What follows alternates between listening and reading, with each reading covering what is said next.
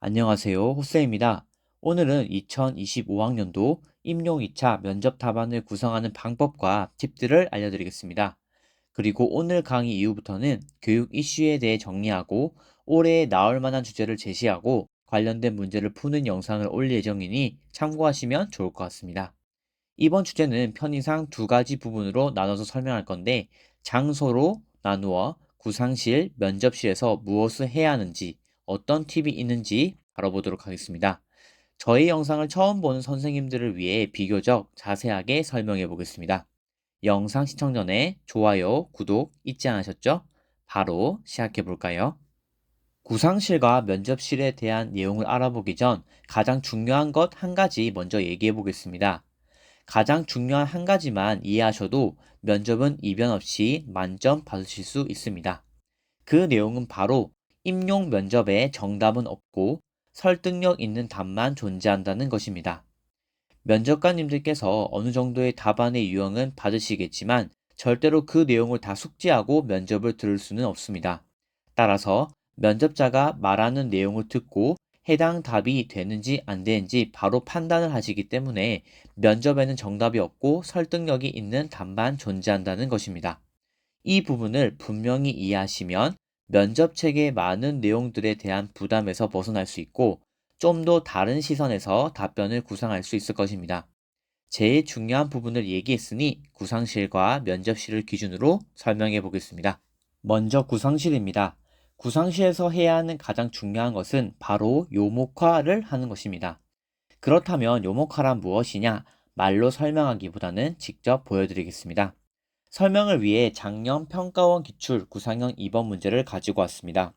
여러분들은 이 내용을 구상실에서 본다면 어떻게 메모를 하실 것 같나요? 잠깐 생각해 보시겠어요? 만약 저라면 이 질문을 보고 이렇게 요목화를 하여 작성할 것 같습니다.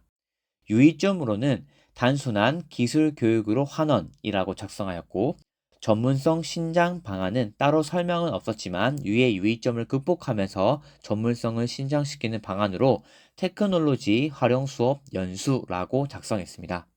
여기서 요목화를 설명한다면 간단하게 얘기하면 목차를 만드는 건데 내가 두 갈씩으로 정답으로 말할 내용을 중점적으로 작성하는 것입니다.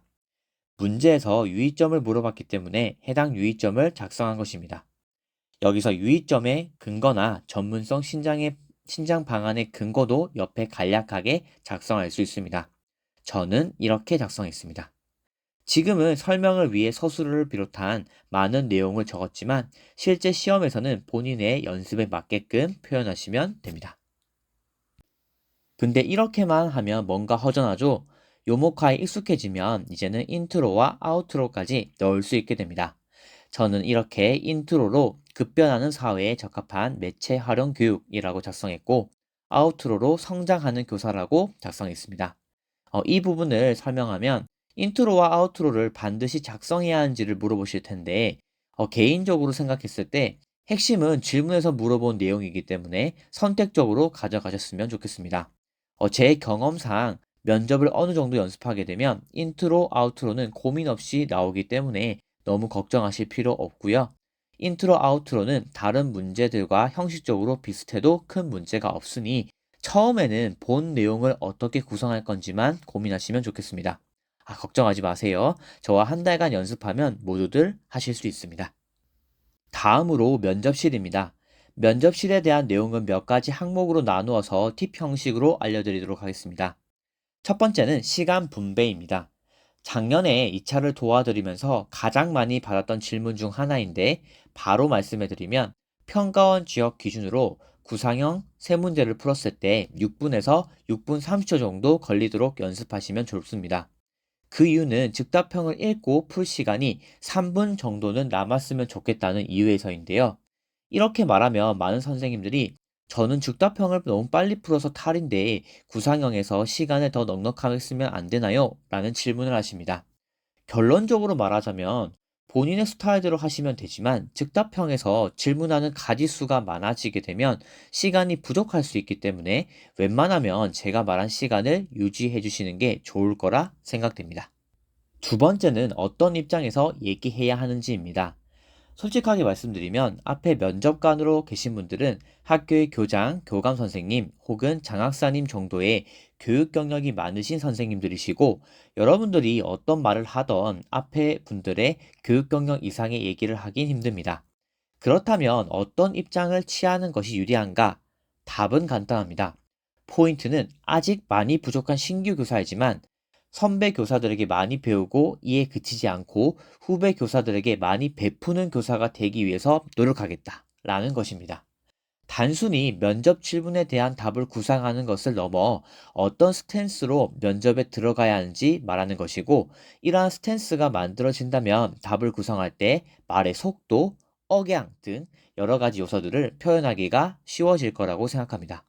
좀 더 직관적으로 얘기한다면 앞에 계신 면접관이 우리 학교의 교장, 교감 선생님이고 내가 어떻게 하면 잘 보일 수 있을지 고민해 본다면 쉽게 접근할 수 있을 것 같습니다.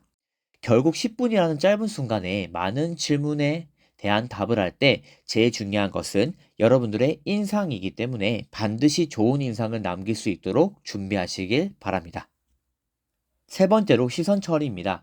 이 부분도 의외로 많이 질문하셔서 말해보면 구상지를 많이 보는 것은 당연히 좋지 않습니다.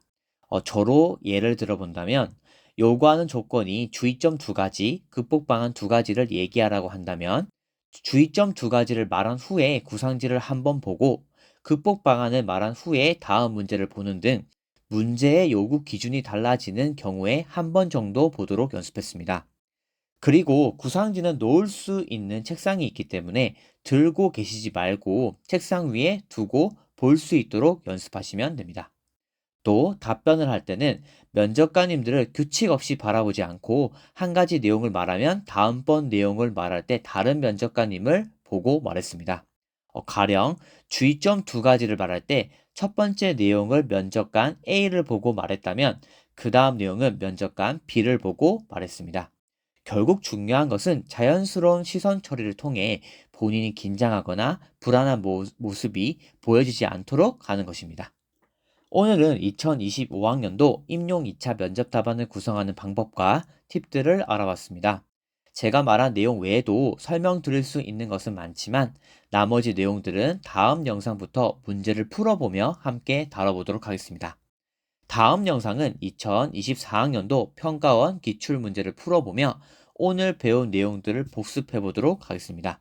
그리고 앞서 얘기했듯이 작년 영상에도 여러 가지 문제풀이가 있으니 꼭 참고하시길 바랍니다. 지금까지 역시 호쌤이었습니다.